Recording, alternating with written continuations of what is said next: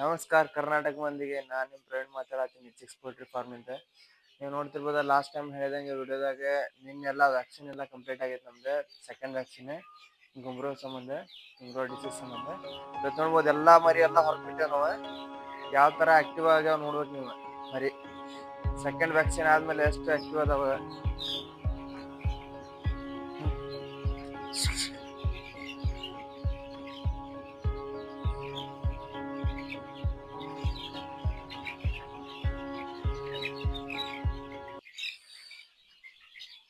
ನೋಡ್ತಿರ್ಬೋದು ಈಗೆಲ್ಲ ನಾವು ಬ್ರೂಡಿಂಗ್ ಸೆಟಪ್ ಬಿಟ್ಟು ಮರಿಗಳನ್ನೆಲ್ಲ ಹೊರಗೆ ಬಿಟ್ಟಿವಿ.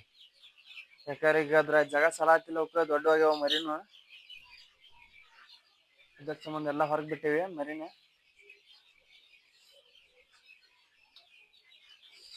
ಮರಿಗಳ ವ್ಯಾಕ್ಸಿನೇಷನ್ ಆದ್ಮೇಲೆ ಹೊರಗೆ ಬಿಟ್ಟಾದ್ಮೇಲೆ ನಾವು ಯಾವ ಮೆಡಿಸಿನ್ ಕೊಡ್ಬೇಕಪ್ಪ ಅಂತಂದ್ರೆ ನಾವು ಇದನ್ನ ಕೊಡತ್ತೀವಿ. ಪ್ರಾಡಕ್ಟ್ ಚಲೋ ಐತಿ, ಅನ್ಯುಲೋ VH ಅಂತಂದ್ರೆ ಪೌಡ್ರ್. ಇದು ಯಾವ ಟೈಪ್ ಐತಪ್ಪ ಅಂತಂದ್ರೆ ಮರಿಗಳ ಸ್ಟ್ರೆಸ್ ಆಗಿರ್ತಾವ. ನಾವು ವ್ಯಾಕ್ಸಿನ್ ಹಾಕೋಬೇಕಾರದು ಎಲ್ಲ ಹಿಡಿಯೋದು ಮಾಡಿರ್ತಾವಲ್ಲ, ಹೆದರಿರ್ತಾವ, ಸ್ಟ್ರೆಸ್ನಾಗ ಇರ್ತಾವ. ಆ ಸ್ಟ್ರೆಸ್ ರಿಲೀಸ್ ಮಾಡಕ್ಕಂತ ಈ ಪೌಡರ್ ಹಾಕ್ತೇವೆ ನಾವು. ಇದನ್ನ 2 ದಿನದಿಂದ 3 ದಿವಸ ಕಂಟಿನ್ಯೂ ಕೊಡ್ಬೇಕು.